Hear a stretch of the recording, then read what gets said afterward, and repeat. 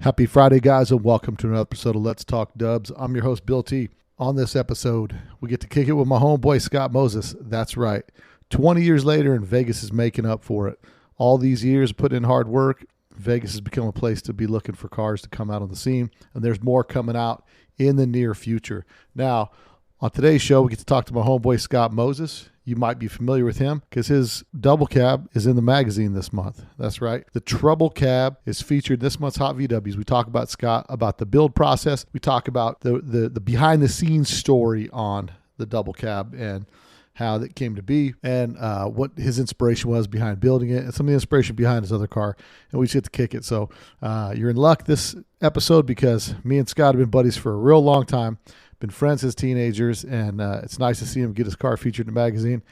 You might remember his older car. He had a 67 red convertible on Cup 2s, and that was featured with a big fat turbo motor. We talk about the convertible as well. So there's lots to talk about on this podcast, and I'm sure you guys will enjoy it. And I get to razz my boy a little bit because we're homeboys. So now let's get into some shout-outs for this week.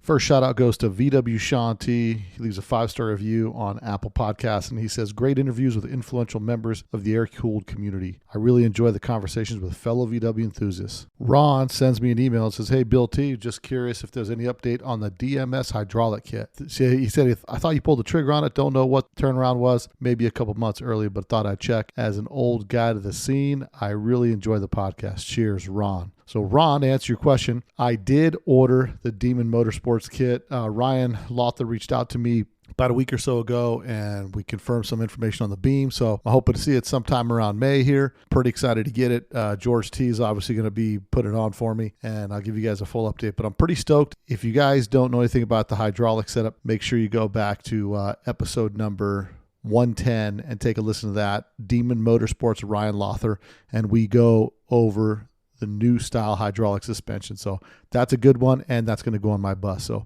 I'm looking forward to getting that put in.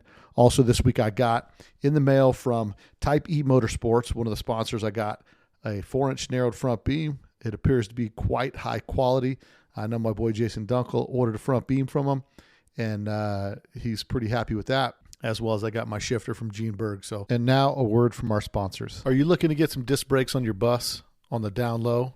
How about a narrowed beam? What about converting your bus to IRS? Well, let me tell you what. The boys over at Type E Motorsports got your number. They've got a disc brake kit that allows you to go buy off-the-shelf factory-available parts at any local auto parts place and adapt disc brakes and wide 5 to the front of your bus. For only $500, you can pick up that kit that takes your 63 to 67 bus and converts it to discs in the front with ready-to-go off-the-shelf parts that you purchase at your local auto parts place. How about a narrowed beam? A U.S.-made narrowed 4-inch link pin beam, $215. Or to do IRS, $950 for a complete easy bolt-in IRS kit. He also does full bus beams, end-to-end, rotor-to-rotor for $3,000 turnkey. So if you guys want to get some of your stuff decked out on your bus or your bug, go check out Type E Motorsports. Now, Brian's been on the podcast before, so you can check him out in episode number 105. Check him out at type-emotorsports.com. They've got a lot of suspension parts available, all U.S. made and ready to go. So hit them up at type-emotorsports.com.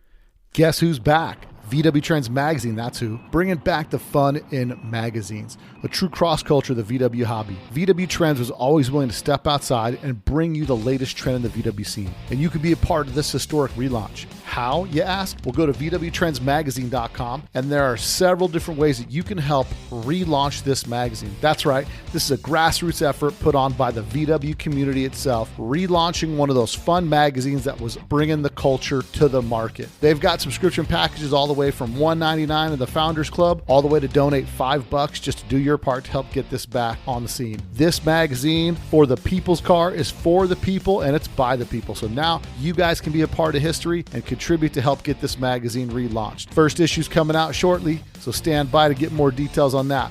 But for now, go to VWTrendsMagazine.com and support the relaunch of VW Trends Magazine. All right, guys, let's get into it this week. Scott Moses, the Trouble Cab, featured in this month's Hot VWs on Let's Talk Dubs. A Volkswagen is a nice station wagon to have around the house. The 1974 Volkswagen, covered by VW Motors security blanket.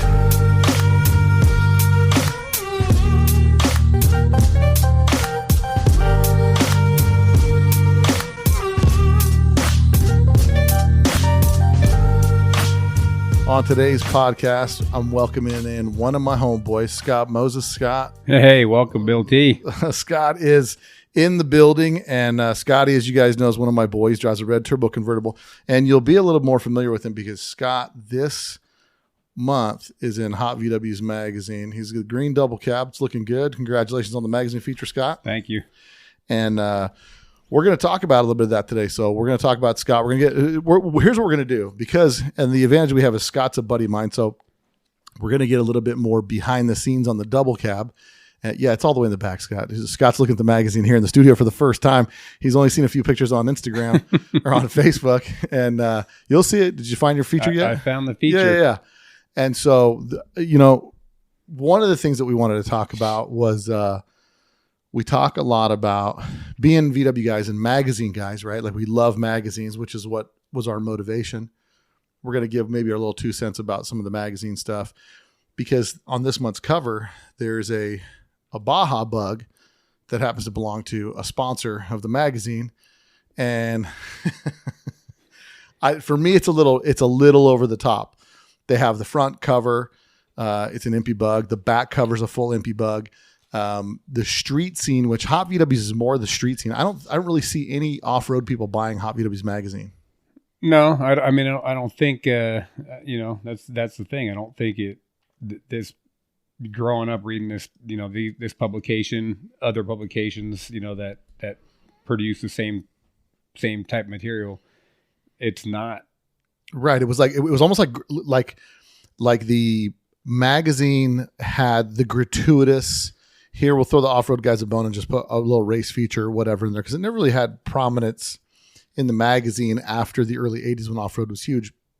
Now, again, off-road's growing a bit, but talking about the cover shoot with the impy bug, it doesn't make any sense. So it's the new impy bug, and then it says Reviving Old Roots, the untold off-road story, right? So there's an untold off-road story of impy, and we're going to put, I think, to your reader, it's like, shove it down your throat, more impy, more impy, more impy, more impy. Okay, that's great, right? Like, I think they start to lose touch with their people. Their audience. Am I wrong? No, they lose touch with, I think, the audience that is actually promoting the scene, the street scene. Right. And not saying that we don't do off-road too, because you're an avid off-roader as well. Right. We have off-road, vehicles as well. And, I He think talks about the bro dozers that we drive.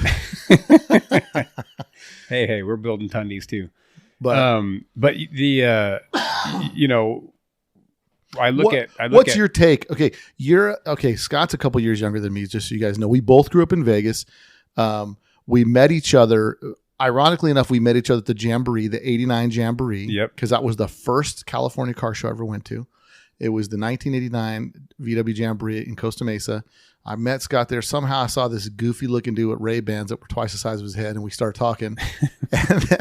and then we became fast friends. Like, back when Billy had a mullet. Right, bro. The mullet. I'm sorry, bro. I had a picture. I'll post a picture of the mullet. The mullet was sweet. It's coming back. It is coming back. And, so we've been in VWs for a long time. Street scene guys, both grew up single family homes, like single parent homes. Sure. Mom was working. We weren't like wealthy kids. Like, we weren't like some friends that we knew that had mom and dad at home and they had a great little job. And so they could build really cool cars and stuff while they're sitting at home. So you and I were kind of grinding it out. So since then, Scott and I have been like really good buddies. Scott's a big deal mortgage guy today, but I knew him back when he was working at Lucky Grocery Store and pushing shopping carts. And I was installing car stereos on the side of Las Vegas Boulevard off the side of the road. So we've been friends for a long time. And one of the things that you and I both grab, like both of us are like hardcore VW, like, dude, look at that. Check it out. And we've always been excited by, like, especially the magazines. Like, dude, did you see the latest issue of Hot VWs or VW Trends? And like, looking at this, I don't know. And the worst part is, like, your bus is in there, right? Your bus that you spent. Yeah, well, I mean, they're not, and not that like you deserve the cover, but let me tell you right now, I saw the behind the scenes photo shoot, all the pictures that were there, and I think I'm going to post a picture that I made, which was a picture of Scott's bus that's in there, and then I superimposed the Hot VWs logo and all this kind of stuff over the top of it. Oh, that's right, we did that. Remember I sent you that one, yeah. and I think it could have made such a killer cover, because what is the purpose of the cover of a magazine? Well, I think the purpose of the cover of a magazine for anybody is going to want to draw attention or, inspire other individuals, maybe another car enthusiast to look at a car and say, hey, you know what? Let me grab an issue of this. This car is amazing. If you're an import guy, you're not super into imports. We're both ridiculous car guys. Like, it doesn't matter. Like, you like imports, I like imports, Chevys, whatever, right? Yeah. And then you're at the magazine. You're like, if I have to go to the store with the wife or something like that, I'll be like, hey, I'm gonna run by the magazines real quick and just go look. She's like, what for what? Oh, and how many times do you come out with whether it be a new firearm magazine or like I don't even dirt bike magazine. I don't even own a C10 pickup truck, and I bought the C10 exclusive magazine because the cover looked cool. Yeah, it drew my attention. It had some cool tech articles and stuff in there. But that's what gets you to pull it up off the shelf is like the cover art. Agreed. I mean, you could look at it, from a couple different perspectives, but I don't think, for me and having the red convertible, we built that car back in 2007 and I was lucky enough to get. Right. So to get people up to speed on the red convertible, Scott has a red convertible. It was in 2007 Hot VWs? 2007. So 2007 Hot VWs, one of the issues. And 2007 Volksworld magazine. Yeah. I'll see if I can pull it up. But one of the issues that it had, it was, it's got like a Oklahoma bug on the cover or whatever, which is contrary to what we're talking about. Like, hey, put some of the other scene on there. But the Vert, when the Vert came out, the Vert was, I like VWs that like are not the same. 1776 dual carbs, alloys, like the same. You know what I mean? When the red convertible was built, that car was, hey, it made the cover of Volksworld magazine, and to this day, I get people still hitting me up from Europe and telling me how what a beautiful car that is, and that's, in my opinion, that the caliber of that build, that warrants the cover of these, any type of these magazines where they, and so they put like a bug on there, 3-spoke Antares, like they came on like a Mazda mini truck. I mean, like, if you're it's a little different. Yeah, a little bit different. Yeah. So I'm looking at the cover right now. It's the November 2007 issue. You'll see and like your but the cover shot's not a terrible shot. It's kind of cool. And it's between friends. Like, it's like I get to bust on you because I was on the cover. You were in the magazine, and so it's always that funny. Like, oh well, whatever, bro. And then I heard it sound like, yeah, bro, this bug's pretty clean, dude. This on here, but it's a completely different style, something different. So to credit what we're talking about on this particular issue, they put something different on the cover. Scott's car's in there. So if you've got your November 2007 Hot VWs magazine, that's the car. That's the first car you ever had featured, right? First car, yeah. And that was like, I mean, you should have seen Scott, dude. Scott was like big ears and an Adam's apple, bro, when he brought that convertible home. It was probably like, you're like 20 when you had the first convertible, and then you got rid of this one. Then we bought, because when I bought the Bull Run bus, before it was the Bull Run bus, when it was still original paint, I drug it home. You're like, bro, I'm getting a Volkswagen too. Because we're like both buddies, both got married, both kind of faded out of the scene for a little bit, and then both jump back into it, right? Because matter of fact, the picture of your convertible with the BRMs on it, I think, are my BRMs. Yeah, I came off the green white Bull Run bus before it was a Bull Run bus. Because I was trying to figure out what wheels to put on, so I put 5 spokes on one side, BRMs in there, because I was like, the BRMs had just come out.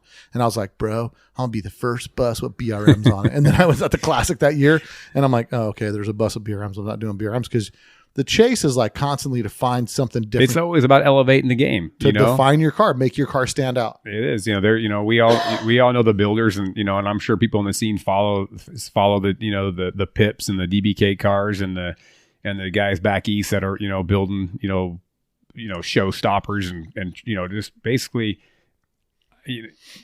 up in the level to where it just continues to inspire something that like looks different. You pulled a little, you can look at a guy who built a car, he pulled some inspiration from here, like the cover car on the magazine in 07 that your red convertible's in, right? Chopped and dropped, seamless fenders, flush fit headlights. Like, this thing is clearly, you look at that car, it's hot rod inspired all the way through. So you'll see hot rod influences everywhere. Your convertible, it's like, you and I had this conversation. I was like, bro, don't you dare put a set of Fuchs on that car, right? Which, ironically enough, today it's sitting on a set of Fuchs. Sitting on real Fuchs. But, when I looked at when you put this one in the magazine, you put it on the 5 spokes. You put on the cup ones. Yep. Or cup 2s. I think that cup ones.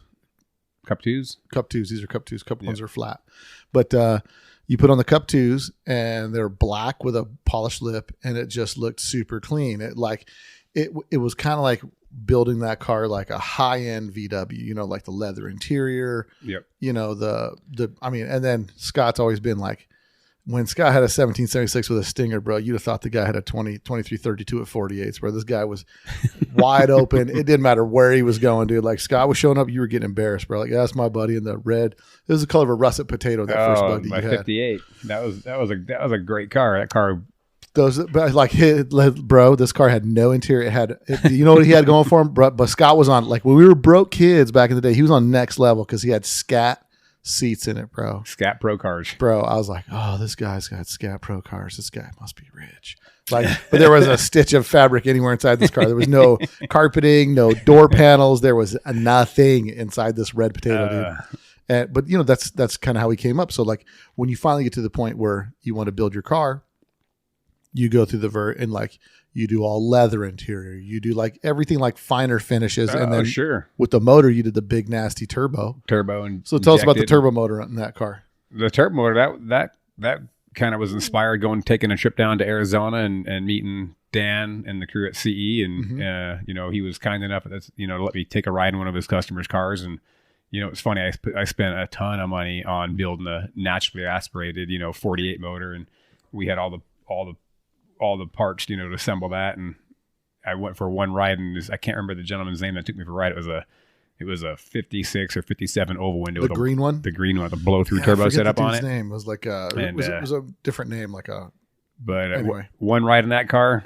that basically sealed the deal. Sealed the deal on selling everything I had, acquired to build this big. I'm getting a turbo, bro. I'm getting a turbo. That's what I had to listen to for the next year. I'm getting a turbo, bro. We built the blow through injected turbo, and I'm getting a turbo, bro. Like no matter what we're talking about. Oh, you know what, bro? I'm getting a turbo.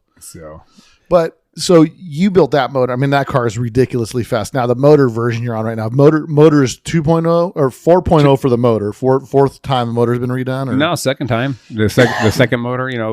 Hats off to CE. I mean, I beat the shit out of that car for for 7 years before I decided I want to take it apart and go through it. And at that time, I'd been talking to Chris Lawfer over at VW Paradise, and we had got talking, and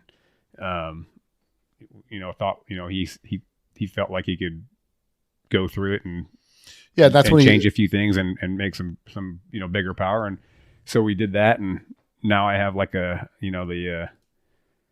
guess I don't want to call it a ticking time bomb, but the car's quick. The car is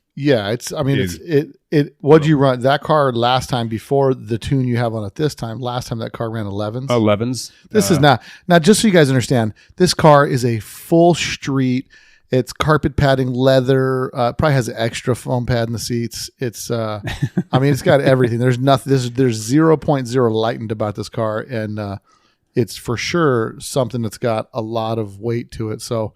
We got one pass and they kicked you off the track because you got no roll bar and all that business, right? So, cracked into an 11-second quarter mile, which is it's faster than I've ever driven a Volkswagen. No lie. I mean, I think I've been like a borderline 13-second quarter mile on my street car. I just remember Chris coming out from VW Paradise or Paradise Motorsports, and he was yelling at me because he's like, I built you a 10-second car, run that again. I'm like, they're not gonna let me run it again.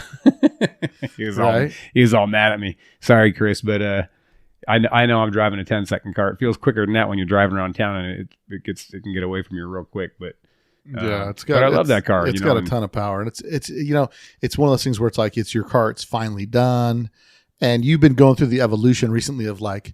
I'm kind of done with Volkswagens a little bit. You kind of have these emotions in and out because it's like you start on a project and then I don't know if it's sometimes you struggle to get some quality work or try to get some parts or some pieces or it's so much work. But, we go back and forth all the time with stuff like with these emotions that we have in our hobby because we love these things and we hate these things at the same time. You have to. We get burnt out. We have, my son's car where we just, drug that back out. It's the car that I The bought from oval? you. Yeah, the oval, the 57. 56 oval ragtop. 56 oval ragtop. Yeah, what you'll notice the common thread in Scott's life is all of his cars come from his boy Bill. Over here. So Scott's as good at spending my money as I'm good at spending his money. So he'll call me like, bro, you should buy this. You ever get that friend that just sends you Craigslist ads like what you should get, and then you're like, maybe I should get that. You know what I mean? So like we constantly send each other Craigslist things of what the other one should buy. That's Bill and I. So we can try to hopefully like you'll buy it, lose interest, I'll buy it off of you, and then so you're starting to work on your son's car. Yeah, so 56 so ragtop. just like you said, you kind of have to refocus, and so now working my son's getting ready to turn 20, and I want that car. Now let me ask this question: car finished. the feature in the magazine, did that light another fire for you? 100%. Like finally getting your car, because your car's been done. The car's been done for a long time, and couple years. Again, there's been some, obviously with everything happened this past year, and the car, I think we brought it out maybe a year ago, and there are some things that I wanted to do to it that I hadn't had an opportunity to get finished. Your brother built. So to give you guys out there a timeline, let's see here. I'm going to look at those pictures real quick, but we're talking that. How long ago did we shoot that car? We shot that car. Let me go down to the strip, go to downtown. And so that, what issue we have? We're in 2020 right now. And that car was shot in downtown Las Vegas. It was shot over a year ago, I think. What do you got? What do you think for time, Scott? Yeah, absolutely. If you had to guess, because I'm going to give you the exact in a second here, because I have all the pictures. It didn't seem like it was too long ago. I thought it was actually. We're going to find out right now. I'm going to tell you right now. So those pictures were taken. Oh, I stand corrected. 2019. Yeah. No, over a year ago. Because November of this year is going to be 2 years. Yep. So 2019, November 2019 is when we shot those pictures. And sometimes these things take some time to get into. And so we're going to get into the double cab. So this is what I've been thinking about doing with some of the magazine features is I looked at the magazine feature and, they can only put so much detail into the magazine, right? So what we're going to do is tell the story of the double cab. Did they give it a name in the feature? Vegas Deuce, it looks like. The Vegas Deuce, bro. You know what the Deuce is. Moses, you know what a deuce is, bro. 2. I got to take a deuce, bro. All right. But I can't bust your chops like that because this is the story on this double cab. I'll start off with my interpretation. The very beginning of the story. The very beginning of the story is I found a double cab for sale. I knew a guy. There was a guy. I had my double cab, and Scott's like, "Bro, I want a double cab," because Scott always looks up to me and says, "I want to be like you," right? And I think did you buy it from the same guy I bought my double cab from? I want to say it was because it was over in the deep part of Henderson.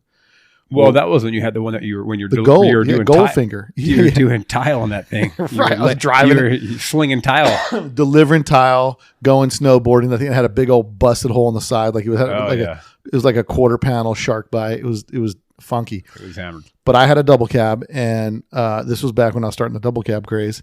And then Scott's like, "Bro, I want a double cab." And I said, and like always, bro, in Scott's life, I was like, I know where there's one at. Because I was like, bro, they call me Creeper Holmes. I'm all over the place. Hey, the funny part about this story is when you found that double cab, when you're out creeping, well, you can get to the point where you found it. But I just remember you calling me and you're like, "Hey, I found this truck, but do you have $300? We'll buy it together." Right. We were both pulling. We had to pull $600 together. Yeah. So we bought this double cab. So I roll up on this dude and the guy's like, "Yeah, I want $600 for it." I was like, "Bro," I call Scott right away. I call my other half of the wallet. I'm like, "Yo, dude, all I got is $300." I'm like, "Let's go partners on this double cab." Like, it's a stupid idea to begin, but it's like, you got to get it before somebody else buys it. Right. So this was this double cab. You'll see the feature, and I'll share some pictures of this double cab because I sent you some pictures of it recently that you didn't know that I had in my computer when I pulled them up. Well, scanned photos that I had of it sitting in the driveway when we bought it. Oh, I haven't seen that. That's the picture that you sent back, because the picture you sent back is taken from a computer screen. Okay, that's the one I put on Facebook. I sent you, yeah. Okay. So it was blue with all these white spray marks over the rust spots, and it had in the back window it said Fat John's grease pit or something like that on the back window. And in hindsight, you'd have kept the logoed window just to keep it. But the first thing it is like when we get it is like the straight dopeness. We're just getting slammed, and we're putting some cup wheels on it, and we're gonna and I mean that bus has been through several iterations since then, because that bus has been around since probably 2000 at 99? least, bro, 2001. Because 99 is when I bought the Bull Run bus in 2000. Easy 2000. I have a picture of Scotty J, my son, in that bus in the front, in a baby seat in the front seat, and he was a baby. No, I get it. But so you're right around the same time, maybe. Yeah. And so you bought that bus, and then so I look at this thing and I assess the deal, and so I need some funds. I need Scott coming up on his ends, and then I get that we buy this double cab, and then I was just like, I'm looking at it, and I'm like, bro, this thing's got way too much rust. I don't want no part of this, dude. You're gonna have to buy me out. You're gonna have to go to get a loan, do whatever you gotta do to give me my $300, dude. But it was one of those deals where it was like, here, you take this double case. The whole bed was shot. The whole bed was cut out of it. It was cut out of it, right? And as soon as I saw that, I was like, oh, bro, you need a welder. I'm out, dude. Like, I don't want like anything having to do with. And it's from my first experience. One of my first cars. My first car, I had a '76 Cutlass. I was delivering pizzas in. Had 12,000 original miles. It was a super nice car. And I was leaving to deliver pizzas, and some chick shot out. Weird. It was a girl. Shot out of an alley, and her front bumper of her Toyota Celica hooked my back wheel opening and just can't open her to the side of the car. The emotional scars I had being a young kid trying to look thuggish in a Cutlass on McLean's, and I could replace a door. I could put a new header panel on it. I could do everything but weld. Like, and I had this shark bite like forever. And I drove it like that for like 4 years. I'd have chicks like, shark bite. What's up with that ugly car with that big old hole in the side? And it was just, so for me, emotional damage was like, when I see something needs welding, I was like, yeah, no, I lived like that. And I'm still battling those emotions of fear of seeing a car with big holes in it and stuff. So when I saw there was no bed, bro, like he had plywood in the bed, I think. And then we got it like over Scott's house, and it's like, wah, wah, wah. We pull it off. I'm like, oh, bro, yeah, I'm out. Cause I was trying to figure out how I'm gonna pay Scott off and get my double cab here. And then I was just like, no, bro, I don't have this kind of vision, dude. No, well, we kept the vision, and that's when you coined the phrase. You said, you know, I said, bro, this is not a double cab. This is a trouble cab. That's what I said. And you still have the same plates on it today. I still have the same plates today. And that's actually the name of that bus, is the trouble cab, because I gave it the name of the trouble cab because I was like, bro, this thing is trouble, dude. Like, this thing needs way too much welding, dude. And I got and Scott's like, I don't even care, dude. I'm gonna drive it. So Scott like fashioned him up some stuff for the bed. Like Scott's a committed dude. Like, whether it's rattle can or glass cleaner or razors, like if it comes to detailing, dude, and like I should have got started a detail company. Yeah, you should have, like a detail, like or a used car dealership where you just kind of fade some paint on there and sell that bird. Right? I call that dusting. Yeah, George knows that term. I call it dusting the paint. Just a little dust. Right. So he gets a double cab, and this whole time, now mind you, Scott's got a double cab that he owns at this time. He's owning the trouble cab, and that car's been to the Classic, to Octo. It's been through several iterations, like primer, then Zolatone, then red Zolatone, then like blue primer, and like all these different colors of primer, and the cup wheels on it most of the time. When it was on the cup wheels that ended up going onto the vert. Yeah. And then those are the cup wheels that were last seen on the Bull Run bus. The Bull Run bus, yeah. Which they're still on in the paint shop right now. But I'm waiting till I get all the overspray on them, and then I'll give them back to you. But so he builds that car. All this while, Scott's my buddy, and he sees me building my 67 bus, which I got to stop calling it the Bull Run bus because you ain't the Bull Run no more, bro. But just my 67 bus. And so now, I have to say 21 window now. But Scott's watching me build this bus the whole time, and he's seeing me do the big disc brakes. Meanwhile, you're running drums with adapters, and then I'm running the big disc brakes. I get the Type 4 motor. I do all this stuff. And like any younger brother, Scott's always looking up like, oh, bro, one day I'm going to be like you. And he finally got to that point where he got to nail out this double cab, because it was a long process. I mean, the body work, four or five guys did body work on it, because every time they're like, hey, man, can you do this? I'm like, yeah, I'll do it $300. And you get it done. You're like, what kind of work is that? Right. So you go through years. It's a process. It was years putting that bus, making that bus worthy of putting paint on it and doing it correct. And And back then, they didn't. You couldn't just rush out and buy Gerson metal, or you couldn't call Wolfsburg and get sheets of metal. I mean, a lot of the metal on that bus, even though it wasn't that long ago, it was still almost 20 years ago. It's incredible how much technology's changed. Well, yeah, you with that bus, and I'm gonna have to yell at Mike Kennedy in 2 seconds. I know Mike Kennedy listens to the podcast. He's about to get chewed out in 2 seconds because there's a sore spot with the double cab. Because we're at a party one time, and we're at Sam's house. The motor for the double cab was supposed to be mine. And somehow I was like, oh, bro, what's up with that motor? Because I had that raggedy old 1600 in my bug. And then Scott swooped up on it. Scott's like, oh, I'll take this dude right here. So that motor that was in there, it was either in Kennedy's garage or Sam Smith's garage. Oh, yeah, the 1835. Yeah, supposed 1835. But that ended up in Mike Kennedy's bus. Yeah, but I never got it. It was supposed to come to me. And then I was mad. Everybody got it except for me. So I was pretty bitter about that. Because Mike gave it to you. And then I was really annoyed because Mike. Think about that. I think we used to just trade motors every once in a while. We had that kind of time where we just pop an engine out and throw it in your buddy's bus for the weekend or for a few months and then swap them back. Yeah, bro, I need a car to go. I can't go to the classic. I don't have an engine. Like, use this engine, bro. Yeah. But so that car goes through layers and layers of iterations until where you're finally at. And I think I'm not bragging like I showed you the way, but the way I was building my bus was the way you're eventually going to build yours, like with the disc brakes and with the big Type 4, because you lucked out. Because I used to neener these guys all the time, bro, because all you fools out there with your Type 1s in your buses, bro, don't know nothing about big torque power. And I think now that you've had the Type 4 in there, you're a changed man. So I'm going to get into the story on how you get the Type 4, because I get a phone call. My bro, George T calls me, brother looking out for brother. He's like, yo, this dude up in here got this Type 4. He said it's been built at Paradise Express. It was Todd Schaefer's motor. He built it, had Paradise Express build it. He's like, bro. And then he got himself like a stalker, and he got bit by the stock bug. Like, he has that stalker with the Okrasa. Yeah, beautiful. And this dude used to be like drag race fiend, bro. And then he bumped the guardrail, got a little spooked, and then started getting into vintage stuff. That's what happened with old boy Todd. I don't think he got spooked. And so George called me, and he's like, hey, dude, Todd he's got this Type 4 motor, brand new, never been in a car, bought it from Paradise Express. I think he wanted $8,000 for it. Yeah. And I said, he goes, I'm calling you, bro, before I call Scott. I said, I gave the nod. I said, go ahead and let Scott get it. I didn't have the money to block him on the deal. So, but then you end up with a Type 4 motor, which, and the crazy part is, like, some people are like, $8,000. That's what I paid for my 2270 back in 2001. But you're buying this motor probably what, four years ago or something like that? Yeah. 4 years ago. Yeah. You buy that motor. It was brand new, just built by Paradise Express. What's his face going to put in his car? It doesn't do that. You get it. And then it's like, it's not done. You buy it. You buy a shroud.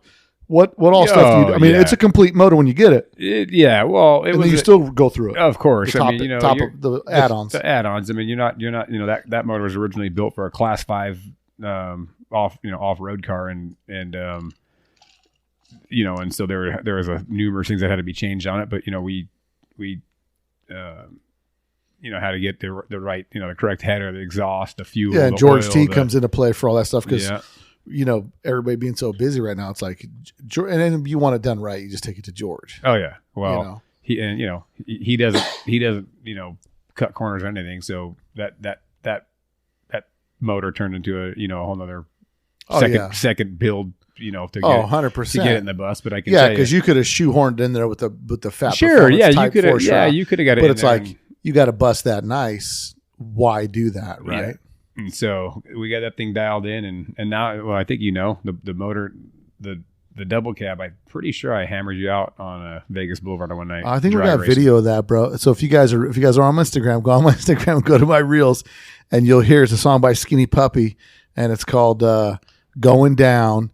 And it's the three of us lined up. It's me, George, and Scott lined up on the strip. And don't forget, guys, this October, I'm finalizing the date this next week coming up.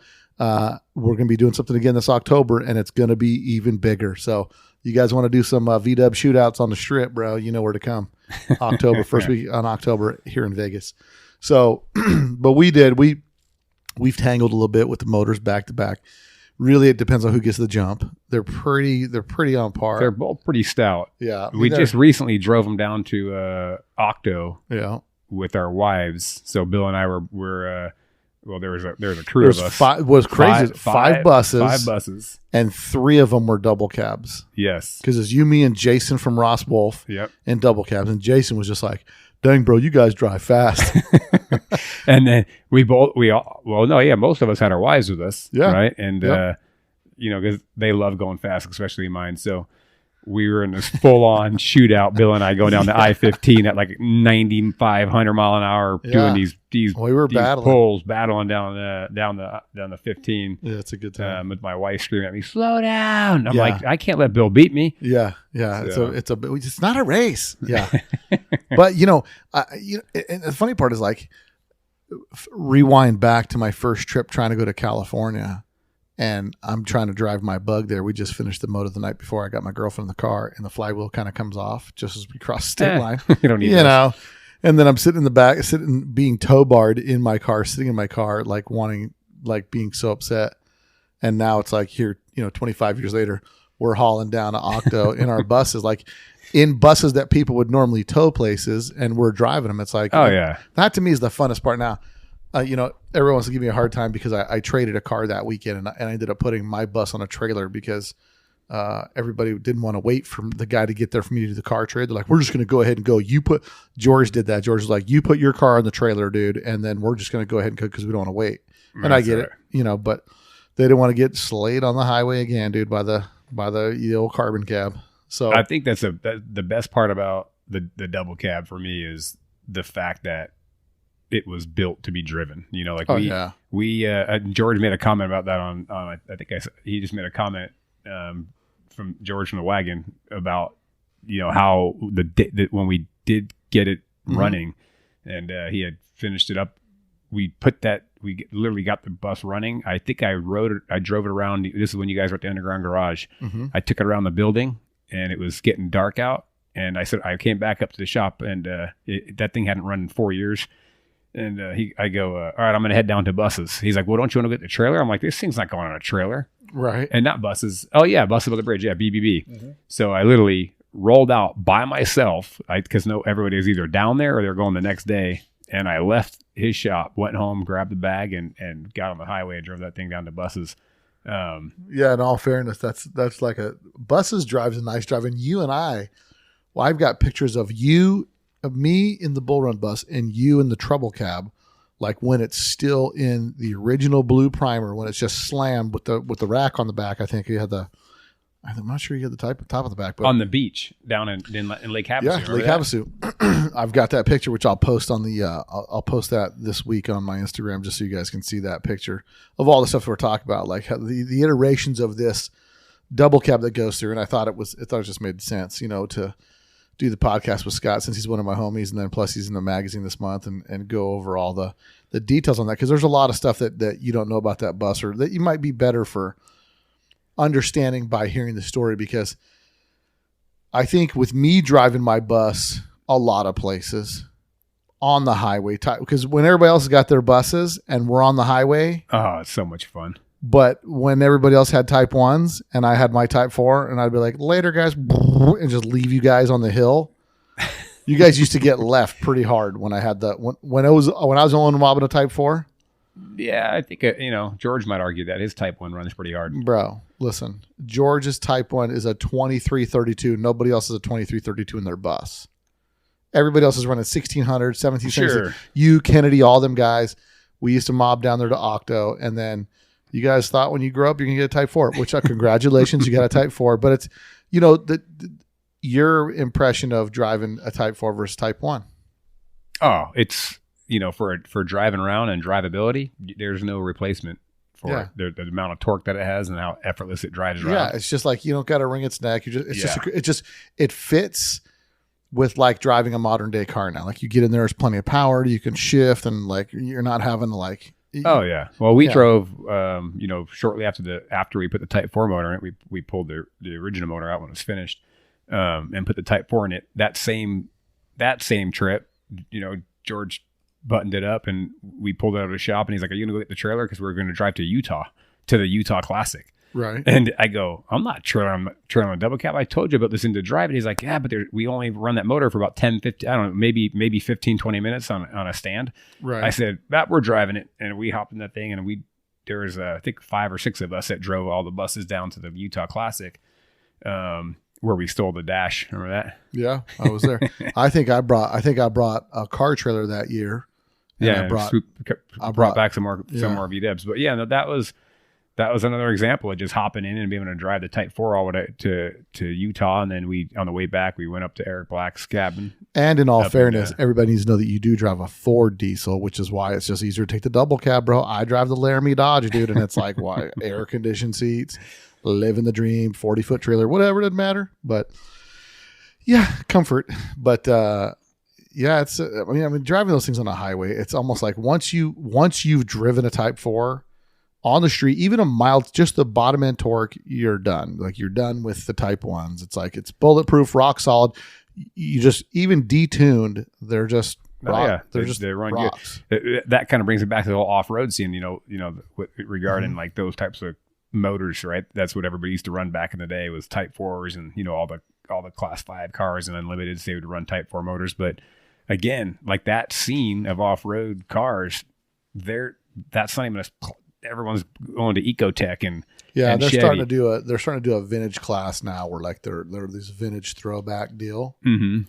So, but yeah, everybody's getting rid of those Type 4. So you just rolled up on another Type 4 for your old lady's car, right? I did. I found a gentleman down in Huntington Beach pulling one out of a off-road car, and I just saw on Craigslist, skimming through the Craigslist ads, I recognized the Fat Performance red shroud, and I recognized the 901 fan housing, and it had a Mallory Unilite distributor in it. Right. And I saw those 3 things, like just glancing through Craigslist, and it said like $3,000 or $3,500. I'm like, holy crap. Okay, so let me stop you right there. So that tells everybody, like we're sitting there talking, and somebody's sitting somewhere going, oh, it must be nice to have all kinds of money and just be able to build you a Type 4. And also, like, you don't have to. Like, you just found one on Facebook Marketplace. Yeah, I just found that motor, a month ago? Yeah. I mean, that's, it was on Craigslist, not on, on Craigslist, just skimming through Craigslist. He's I told you, bro, this guy's, you're like, hey, how come my loan's not done? Bro, I'm trying to get a motor right now.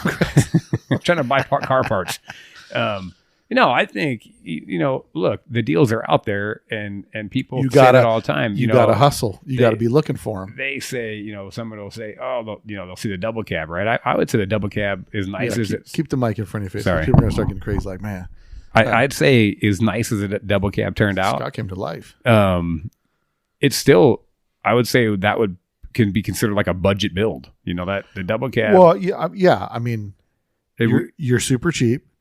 And you went to 4 guys for body work, and you had it painted by 2 or 3 different people. Hey, that wasn't by choice. Listen, let's just go through it. You bought a motor from a dude shelving a motor. You paid top dollar for the tranny, the new tranny that, like, even the tranny that was in it when it was featured was the old. Oh yeah, the tranny that was in it was in it for 15 years. And it finally, and I said, you're really putting that, me and George giving a hard time because you're cheaping out. Like, bro, you're not putting a big tranny in that thing. You're like, no, bro. Scott, as much as Scott's Dr. Detail, bro, he's also Dr. Want to get it in as quick as Bill does and just drive the car, bro. You're like 3-bolt Billy too, bro. You want to get it in there and go down the road. He's trying to find that street you go down where you got all those plate glass windows where you look at your reflection as you're driving on the road. That's what Scott's trying to do, just like his brother Bill. So, well, look, the double cab again. You can, but no, it was in essence, it was like, it's not a $35,000 paint job. No, you put the rag top. You and George put the rag top. George, George could lumpy, bumpy. Hey, he'd attest to this. I put that rag top in, just like what you're saying about getting the 3 bolts on as quick as you can. The rag top showed up. Just so everybody knows, that rag top that's in the double cab is the company used to be called like Street Beat Rag Tops. I think that's sold to a different company. Now it's going to be called Legacy. Yeah, it's called like Legacy Rag Top. So I bought that rag top section. I saw that in like a mini truck magazine or something, wherever I saw it, and I'm like, oh, I gotta have that in the double cab. And so it was like $400. I think it was $400 rag top, right? And it came shipped to me on a crate. Like it was shipped built in one like where you just drop it in and bolt it in. and that thing showed up at my doorstep at like 5 or 6 o'clock in the afternoon. And at 6:30, I had a Makita grinder out. I didn't even have like a Sawzall. I don't even know what I cut the hole with. I was pretty sure it was like a plug-in 4-inch angle grinder. Yeah, but wait a minute. This gets even better. I plugged the 4-inch angle grinder in, and I've got a fresh set of Safari windows in there, stainless Safaris. Do I decide to cover that? Nope. I just start grinding, and all the slag melted the Safari glass. But I got the rag top in about 30 minutes. Nice. Cut that all. Yeah, but so. That's I mean, everything that you do in that car was the way that you purchased it was a little bit like like the motor. You bought the motor, somebody else bought it, paid full price, but then you put some money into it to catch it up to the build quality of the car, because you couldn't throw that motor in looking all haggard like it was. No, but so you did, and not that it was haggard, but it was built for like an off-road car. It wasn't like a clean street looking car. Then you had to change the linkage. Then you had to do, all kind of stuff. But that thing it's a nice driver. Matter of fact, other things that Scott has on there, when you bought the Creative Engineering windows, you also bought the Creative Engineering rack and pinion steering. And so we're going to compare your rack and pinion, your single side rack, to my new rack and pinion. That's going to be coming from Demon Motorsports in the next couple weeks. I'd hope by May sometime. I'll get that suspension, my hydraulics. Yeah. And that's a full, true rack and pinion steering system. So I'm looking forward to see how that's going to work. It should be. I think it's going to be awesome. Yeah, I can't wait to see it too. Again, somebody like Demon, they see it. They probably saw CE come out with that rack, or maybe they saw something similar to it and said, what, we can do it better, right? So, well, that's the thing. And so, in your opinion, was that CE rack system worth it? Well, that's a two. Yes, I'm asking. Yeah, well, yeah. In my opinion, I think it's worth it. Is it a discernible difference between driving that bus and your wife's bus, or I don't know if you've ever driven the carbon cab. If you could take some kind of power. Your carbon cab is all over the place. Yeah, what is that thing? You might need to rebuild the steering box in that one. But I think it's a little too much toe in, a little too. Bro, you got to drive with the back tires. But the rack, the CE rack that's in the double cab. Why I think it's a must is the box. You can't wear out the box. You don't have any slop. You don't have any. Well, you do. So you still use a kingpin. So it's still if your kingpin's worn out, you're gonna have the slop that most buses start to feel. A lot of people think it's their steering box, and it's 9 times out of 10 it's like a worn out kingpin. Yeah. So from that aspect, it doesn't need to be rebuilt. So am I glad I did it? Yeah. Not to mention, I didn't have to raise the steering column like we do on a lot of the buses, right? We cut the column and raise the steering box up so they don't hit the ground. But, that CE rack lays a lot. It lays flush to the bottom of the bus. So. It eliminates your need to do a steering box raise. Now, do I think does it perform any better or, than a I would say a rebuilt bus box? No, I think you couldn't tell. I think the problem is good luck getting a rebuilt steering box. They rebuild them. I don't know. I think they have some trouble trying to find those boxes to rebuild. Like there's a couple places that do them, and I don't know how well they do them. But so you got the rack and pinion box in there. You put the big geared train. I think you copied my gearing in the crew cab. I copied the gearing that I think George's put in his bus. I had Daniel Artigas build the gearbox in the bus, and that thing can mob on the highway.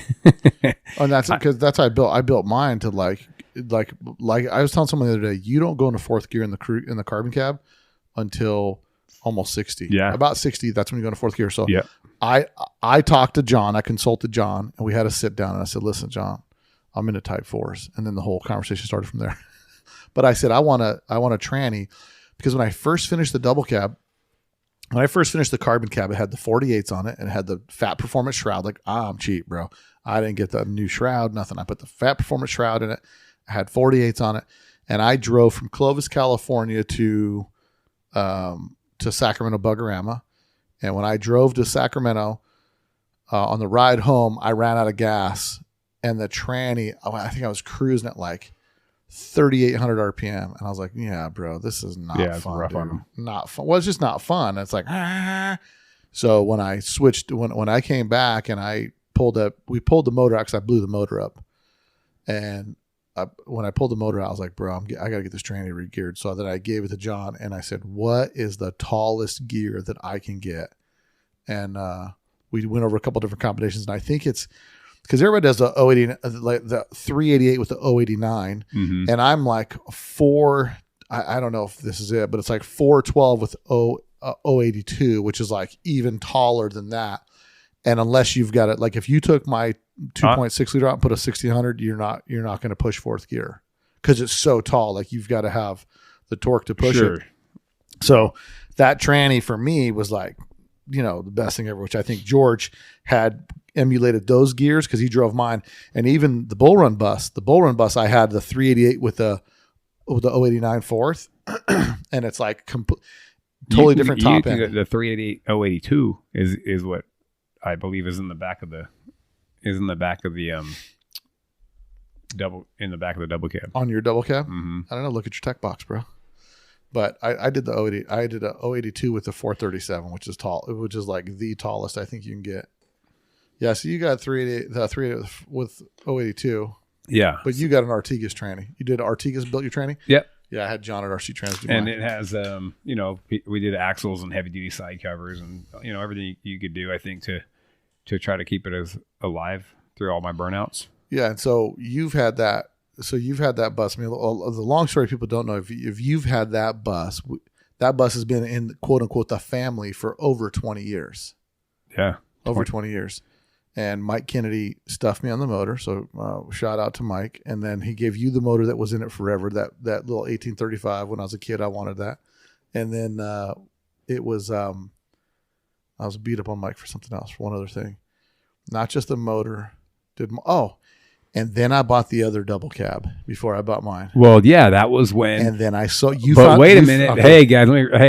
So I actually came out from work one afternoon because I used to drive my double cab as my daily driver for some time. And there was a card left on it. And 9 times out of 10, somebody asked if you want to sell your car. So I actually came out from work and there was a card on the double cab. And it said, hey, I own one of these. I love yours, but I'd like to sell mine. So I called this guy and I ran over to his house on a Saturday morning and ended up buying another double cab for $700. And that needed a little bit of work too. So I was able to call Bill and repay the favor years later. Yeah. So he brings this bus, dude. He brings this bus and I'm like, cool, dude. I'll get this bus. This is 2004 because I just started my shop and I just rented the place across the street. And when I get that, I end up looking at it and I'm assessing what's going on. It came with, it's always a bad scene, bro, when somebody sells you a car and it comes with all the extra metal to repair all the welding work that it does. So I already got the heebie-jeebies on it, dude. And then so why I'm mad at that Mike, was actually a clean double cab. No. Why I'm mad at Mike is he broke the bro code. You bought it for $800 because I paid you $800 for it. And then I took it because I guilted you into selling it to me like, bro, you remember? I sold you the other double cab, dude. I want a double cab. Sell me that double cab. He's like, all right, bro. So you sell it to me because Scott was going to try to flip it. So I end up getting Scott. By the way, Scott hasn't flipped any car. Every time I get a car, I don't want to bring the 13 window up, bro. Don't get me upset. That wasn't a flip. I paid that much for it. The 13 window, the blue one that you flipped from what's his face? I forget the dude's name. I didn't flip it. He flipped it for me. He does Campese. No. Yep, Jim Campese bought that 67 13 window from me and then put it on the Samba like an hour after I left on a flight to Jamaica. Dirty, bro. I know. Dirty. We're still calling you at Campese. Yeah, that's Dirty Jim. I can't believe you do that. I'm going to call him Dirty Jim from now on, bro. But at any rate, so Mike Kennedy, if you guys know Mike Kennedy, look out for this dude. I sold him that car under the bro code. I said, bro, I don't want to sell this. I will sell this to you for what I paid for it. You can't sell it to anybody. You're going to build it. You're going to build it, right? Yeah, bro. Because I could flip it and make some money. Easy. And so he's like, no, bro, I always wanted a double cab. I could put my mountain bike in the back. And he had big dreams. He laid it out to me, the whole big dream. I sold it to him. And then he sold it a couple years later for $2,600. So if my math is correct, he needs to split with me the profit because he broke the bro code. But that's neither here nor there. So, right. But that's what buddies do, right? Like in the hobby, we always hook each other up, even though I just bust Mike's chops for making a bunch of money off his buddy Bill. But you know, we kind of hook each other up. Like if you need something, I don't expect to make money off my friends, and we sell each other stuff back and forth or whatever. Or I just come by Bill's house and raid his garage. yeah, that's what you did when you got your wife's bus. You just rolled up here like, oh, look, bus glass. And then Mike owed me some crow's feet wheels with tires, brand new, all powder coated. You just rolled on over to his house. You know, you don't roll anything stock. I do not. You do not roll anything stock. Listen, I saved you. I have lots time. of things worth value in this garage. And I'm like, that's worth X amount. I tell my wife, and when I die, sell that for the rent. So, you know, that's the way it is. And so now you finally get your bus. You've been petering out, like getting a little bit, you know, I was looking at my boy Scott, he had a little tear in his eye. Like, I think I'm getting out of Volkswagens. I'm like, you ain't getting out of Volkswagens, fool. And now your bus finally made it in the magazine that you worked so hard to get that car in the magazine. It's in there. Big shout out to George T. George T's just done a ton of stuff to help you out with that thing. He's been on that thing for probably more than he's wanted to be. All the clean work done on that has been done by George. Same with any of my cars. You see something hokey on my car, you can guarantee I touched it. I'll put my hands on it because I'm trying to get it back on the road and go. So if you see like a zip tie, something like that, it's all Bill T. But yeah, I was happy. You know, the car's finally been featured, and you get that kind of that inspiration to, you know, to keep doing something next. Although I think I might have shared with you, I just picked up a new Mazda B2000 extended cab. You know, so yeah, it's a crazy part. Like we've never been mini truck guys, but I've always appreciated mini truck, but we couldn't afford mini trucks. No, that was like those were like rich kids that had mini trucks. We drove Volkswagens, and all the rich kids had brand new Yodas and Mazdas, and it was like, oh, someday. And now the funny part is like the mini trucks that only the rich kids could have in the 80s when we were growing up, like all the broke kids get them now because they can buy them for $400, $500, $600, and then they're hacking them, you know, slamming them, airbagging them, all that stuff. And I still think there's something because, you know, you got Sal here in town, Sal Napoli, and he's got the extended cab, long bed, pink Mazda, and he had the Toyota that was all decked out. Like he's been in a mini truck magazine a bunch, and he's got, you know, that's like the traditional mini truck way is like static suspension, not lay in frame. Like there's things changed in that scene where like it's lay in frame and it's airbags and it's 4-link the rear and all this stuff. But there's something to be said. I remember this dude, I can't remember his name. He was in my neighborhood and he had a B2000, B2200, one of the two, King Cab. And it was just a stock blue color and it was slammed on like Pathfinder chromies. Yeah. You know what I mean? And then it had 212s and 215s behind the seat. And the license plate said, listen. And I was like, bro, that's so dope, dude. Because that's all we were into. Like, was, bro, listen how my car's hitting hard, dude, with the bass. I just got these new speakers called JL Audios. I never heard of those. Like, yeah, bro, JL Audios, like they're the baddest of the bad, dude. You remember that? You'd be in front of the stereo shop, just bumping, just playing some tracks. So one of these days we might do a special where we talk about favorite jams to bump to. We might put something together like that. But overall, when it's all said and done, it all comes down to it. It's like getting that car featured in magazines, like your final thing. Like, man, you're happy, you finally got it in there, and it's reinvigorating to build something. So now you got this B2000. I don't want to go off course on the B2000. That's going to be for another time when that thing's rolling. I just pulled the engine out of it last week. So, but it's like, here's the funny part. You can afford to go buy one for $8,000. Oh, yeah. Probably easy. Fairly done and a driver and enjoy it and whatever. But there's something, and I can't figure out what it is. It's like something about like when you grow up broke, you're always looking for a come up. You're just looking for a deal. And you keep thinking in your head like, oh, I'll buy that because it's only $100 and then I'll fix it. You know what I mean? And then you end up like, and then, you know, a couple $1,000 in, you're just like, bro, I didn't need this project. Like I just picked up that $3,000 Corvair, drove down to Fullerton. I picked up a Corsa, 66 Corsa, black plate car from California. And that's like the performance Corvair. Right. And I'm like, bro, I'm just going to keep it ready. I get it home. First thing I do, I drag Andrew out. I'm like, bro, let's do this. I get my BBS wheels out of the shop.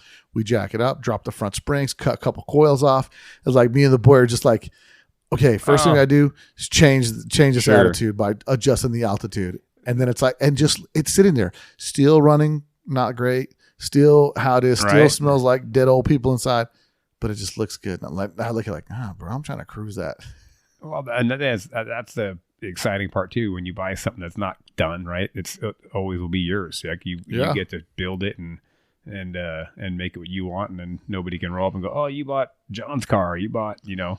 Yeah, there's something different about that, and it's funny because I bought the red chop top, which I never thought I was going to buy, like somebody else's car that was done. But like when the opportunity came up to get this car, and just that's the history, that's a different kind of car though. That's not a car that was built to buy. That was a car that was built and stored and part of my vision for that car is like, man, I would love to see people be like, that dude builds crazy, bro. He straight got that thing on the drag strip, pulled the front wheels off the ground, and he's drag racing that thing. Back if to your point, if the Mazda that inspired me way back when I was going to Valley High School as a kid, it was a guy named Randy. He had a B2000 2200 extended cab with a crazy paint job on it, probably done by like I don't even know who painted that truck back then.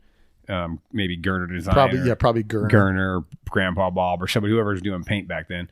And if that truck was in a garage today and somebody rolled it out and he had that thing up for sale, yeah, I'd go cut him a check and put that in my garage because different kind of truck. That was like an iconic build back then, kind of like the chop top. And that's what's happening right now. Like all these cars are starting to be worth all kinds of money. Like these cars from the 80s and early 90s that people were building that you can come up on a super cheap deal. I can tell you about a deal off the air that I don't want to blow some dude's cover that just got a ripping deal on a show car, but it's like you catch the right guy on the right day and you can roll up on a car for less than 10 G's and it's like a done finished car that might be dated. But the reality is like that's all the 80s stuff, 80s and 90s stuff's all coming back and it's coming back hard. Part of my vision for what I would love to see, I would love to see that if, the Let's Talk Dubs One Crazy Weekend were to team up with another like old school mini truck group and have like a meetup. Sure. Like that would be so legit just because it'd be like that. It'd be like 1988 cruising the strip, bro. Just cars, just mini trucks and bugs cruising down the strip. And like it would just be, I think it'd just be too rad, but it could happen. But yeah, so Scott, congratulations on your feature in Hot VWs magazine.